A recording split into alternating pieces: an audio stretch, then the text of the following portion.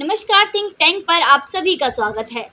आज हम बात करेंगे उदयपुर हत्याकांड के बारे में। उदयपुर में जो अभी विवाद सामने आया है उदयपुर से कि कन्हैया लाल की जो है हत्या कर दी गई है, बेरहमी से उसकी हत्या कर दी गई है। बेरहमी से कैसे? उसकी हत्या दो व्यक्तियों ने की जिनका नाम रियाज जब्बार और घोष मोहम्मद है। ऐसे दो व्यक्ति जिन्होंने इसकी हत्या कर दी और इस नारे को सार्थक किया कि सर तन से जुदा, सर तन से जुदा, सर तन से जुदा। इस नारे को उन्होंने सार्थक किया है। ऐसे जो नारे जो लगाते हैं, मेरी नज़र में वो इंसान है ही नहीं। इन दोनों व्यक्तियों के लिए भी मैं ये कहूँगी कि ये भी इंसानियत के नाम पर धब्बा है, क्योंकि मैं तो इन्हें नर पिशाच ही कहूँगी। जिस तरह इन्होंने कन्हैया लाल की हत्या की है, उससे इनके इंसानियत होने पर इनके अंदर इंसानियत होने पर भी संदेह किया जा सकता है। इन्होंने कन्हैया लाल की हत्या कर दी उसकी ही दुकान में, दर्जी की दुकान में जाकर। अब हम बात करेंगे कि ये मामला क्या था। मामला था कि कन्हैया लाल के मोबाइल से एक 11 साल के बच्चे ने एक जो नुपुर शर्मा का जो विवाद चल रहा है, नुपुर शर्मा ने जो बयान दिया था उसको लाइक कर दिया, रीट्वीट कर दिया या फिर उसको समर्थन दे दिया। इसके बाद ही उसको कन्हैया लाल को इसके समर्थन के रूप में आगे आने के लिए जान से मारने की धमकी दी गई। इसकी शिकायत कन्हैया लाल ने बाकायदा पुलिस को भी दी, जहां पर कन्हैया लाल के खिलाफ पहले से ही एफआईआर मौजूद थी। इन लोगों पर कार्यवाही करने की बजाय पुलिस ने कन्हैया लाल को ही गिरफ्तार कर लिया, जिसके बाद कन्हैया लाल को बेल भी मिल गई।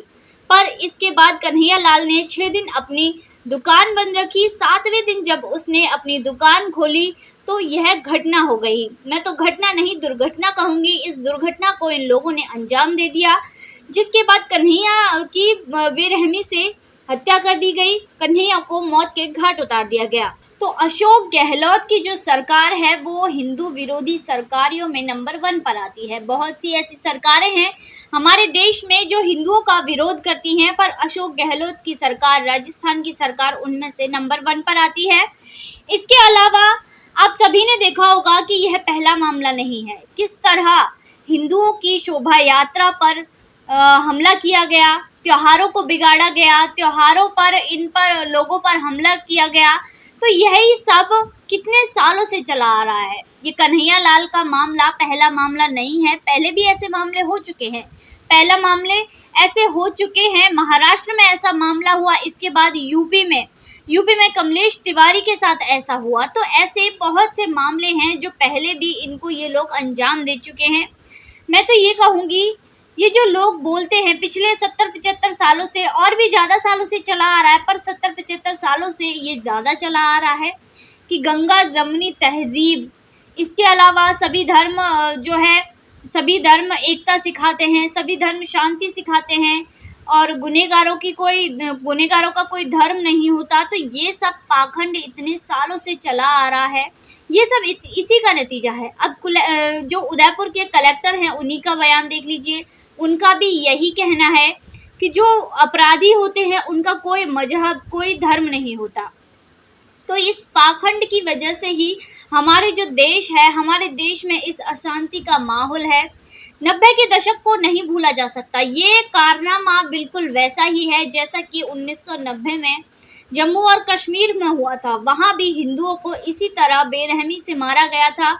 उनके सरों को, उनके जो तन हैं उनसे जुदा किया गया था, उनके जो सर कलम कर दिए गए थे, उनको इतनी बेरहमी से वहाँ पर मारा गया था। तो ये इसी तरह का मामला है, ये इसी तरह का मामला नज़र आ रहा है। तो आज जो लोग कह रहे हैं कि देश के तमाम मौलाना है, मुस्लिम हैं, वो इस वाक्य की निंदा कर रहे हैं, इस वाक्य की आलोचना कर रहे हैं, तो मुझे तो लगता है ये सब पाखंड है, ये सिर्फ झूठ है। क्योंकि मुस्लिम समाज में ऐसे लोग जो उनकी ही किए कराए पर पानी फेरते हैं, उनके किए हुए पर निंदा करते हैं, वो दरअसल मुस्लिम होते ही नहीं है। उनको मुस्लिम होने का कोई अधिकार ही नहीं होता।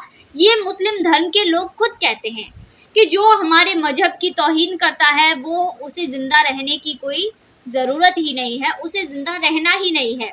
इसके बाद अब समय है, अब 21वीं सदी का समय है। मुझे लगता है कि अब समय है कि इस्लाम धर्म में कुछ बदलाव होने चाहिए। ऐसे इनकी जो ये लोग हैं जिन्होंने अब ये कत्ले आम किया है, कन्हैया लाल की हत्या की, इन्हें शुरू से ही ये सिखाया गया होगा कि जो काफिर है उनको जीने का अधिकार नहीं है, जो मूर्ति पूजा करते हैं उनको जीने का अधिकार नहीं है, इनका सफाया करो।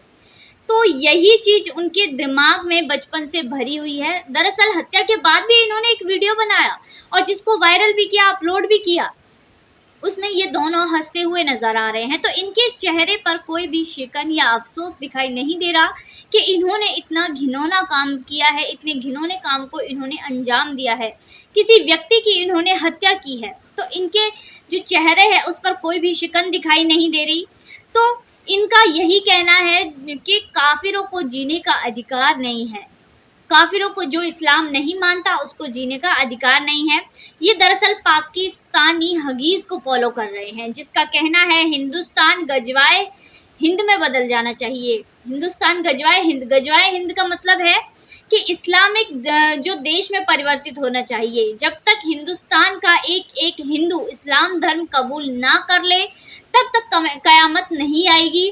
तब तक ऐसा ही कारनामा करना चाहिए और दहशत फैलाते रहनी है। यही इनको शुरुआत से सिखाया जाता है। तो ये जो ऐसे लोग हैं जिन्होंने इसकी हत्या की है, कन्हैया लाल की हत्या की है, इसको अंजाम दिया है, वो ऐसे लोग हैं जो इस नारे को सार्थक कर रहे हैं, सर तंज से जुदा। इस नारे को ये लोग सार्थक कर रहे हैं। अब जो खबरें आ रही हैं कि मौलवी और ये जो मुस्लिम समुदाय के लोग हैं या फिर जो नेता हैं वो इसकी जो है आलोचना कर रहे हैं, पर मैं तो मानती हूँ ये एक पाखंड है, क्योंकि इनकी बदौलत ही ये सब हो रहा है। जुम्मे की नमाज के बाद जो इन्हें सिखाया जाता है वो भी अगर सुना जाए तो वही लोग इन्हें भड़काते हैं। तो वो तो यही सोच रहे हैं कि जो हुआ सही हुआ, हाँ ये इस्लाम की तरफ जा रहे हैं, हमारे इस्लाम धर्म का ही काम कर रहे हैं जो इन्होंने किया।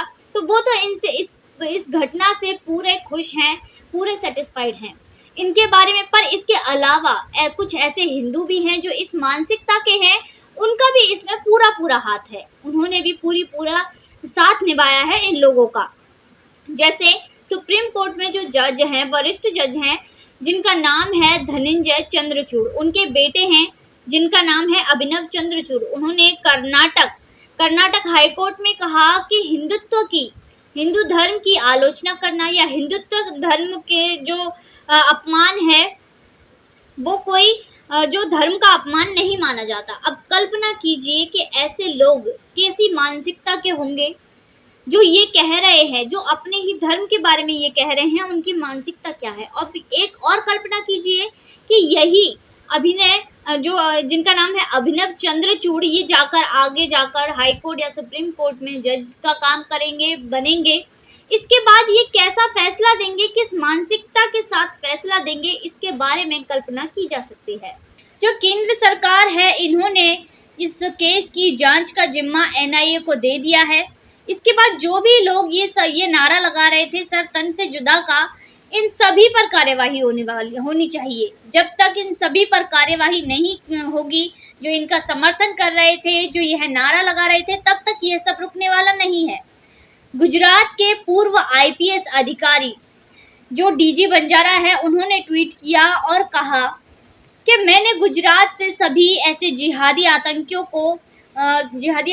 का सफाया कर दिया था और इस सफाई की कीमत उन्हें किस रूप में देनी पड़ी? उन्हें 9 साल जेल में काट कर देनी पड़ी। उन्हें 9 साल तक जेल में रखा गया। तो उनका कहना है कि अभी भी समय है कि जाग जाइए, चेत जाइए। अगर अभी भी नहीं जागे तो यह जो मंजर है यह बहुत भयानक रूप ले लेगा। ये जो लोग हैं, इनके मंसूबे और आगे बढ़ते जाएंगे। तो अभी इनका कहना है कि सभी सरकारों को जाग जाना चाहिए, एक्शन में आ जाना चाहिए। तो इसके बाद जो हिंदुस्तान में जो लोग बोलते थे कि हमें डर लगता है, डर ब्रिगेड के जो लोग थे, बॉलीवुड के जो लोग थे, जब नुपुर शर्मा पर ये जो भद्दे कमेंट किए जा रहे थे, उनके बयान के बाद धमकियां उन्हें मिल रही थी, तो नसरुद्दीन शाह इन्होंने कहा था कि ये जो धमकियां हैं खाली बर्तन की तरह हैं, बस ये लोग बज रहे हैं, करेंगे कुछ नहीं। तो अब ये इन धमकियों का अब क्या असर हुआ है कि कन्हैया लाल को अपनी जो है जान से हाथ धोना पड़ा है। इस तरह का असर इन धमकियों से हुआ है, तो अब कोई भी बोलने सामने ही नहीं आ रहा है, कोई भी सामने आकर नहीं बोल रहा है। अब सब ने चुप्पी साध ली है। तो ये जो लोग हैं, राहुल गांधी हैं, सोनिया गांधी हैं, अखिलेश यादव हैं, ये ऐसे लोग हैं जो सामने आकर छोटी से छोटी बात को ऐसे ट्वीट करते हैं, ऐसे फेसबुक पे पोस्ट करते हैं जैसे इसके करने से ये इतना बढ़ावा ले लेगी। चलो कोई बात नहीं, जिस तरह एक्टिव रहते हैं उसी तरह उदयपुर मामले में अभी तक इन तीनों की तरफ से कोई भी ट्वीट या फेसबुक पोस्ट सामने नहीं आया है, कोई भी ऐसा बयान सामने नहीं आया है जिससे यह समर्थन कर रहे हों हिंदू धर्म का या फिर कन्हैया लाल का।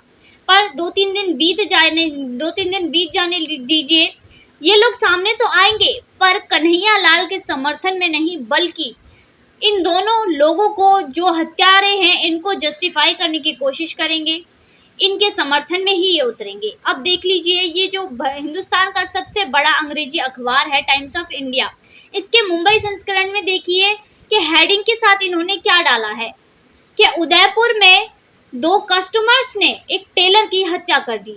इन्होंने इस मामले को, इन्हें ये परवाह नहीं है कि हिंदू धर्म के कितने लोग हैं जो इस अखबार को पढ़ते हैं, उनके मन पर क्या असर पड़ेगा, पर उन्हें पता है कि उनके कस्टमर्स कम नहीं होने वाले, लोग फिर भी इसको पढ़ेंगे ही। पर मैं तो ये सोच रही हूँ कि अगर यही वाकया किसी और ने किया होता, मतलब जो विक्टिम है वो मुस्लिम होता और जो हत्यारे हैं वो हिंदू होते, तो क्या होता।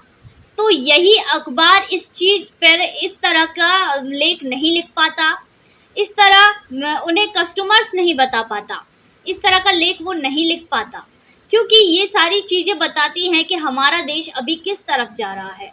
तो हमारे देश की सरकार को, जनता को, हिंदुस्तानियों को अब जाग जाना चाहिए, क्योंकि हमारे देश का भविष्य, हमारे बच्चों का भविष्य खतरे में है।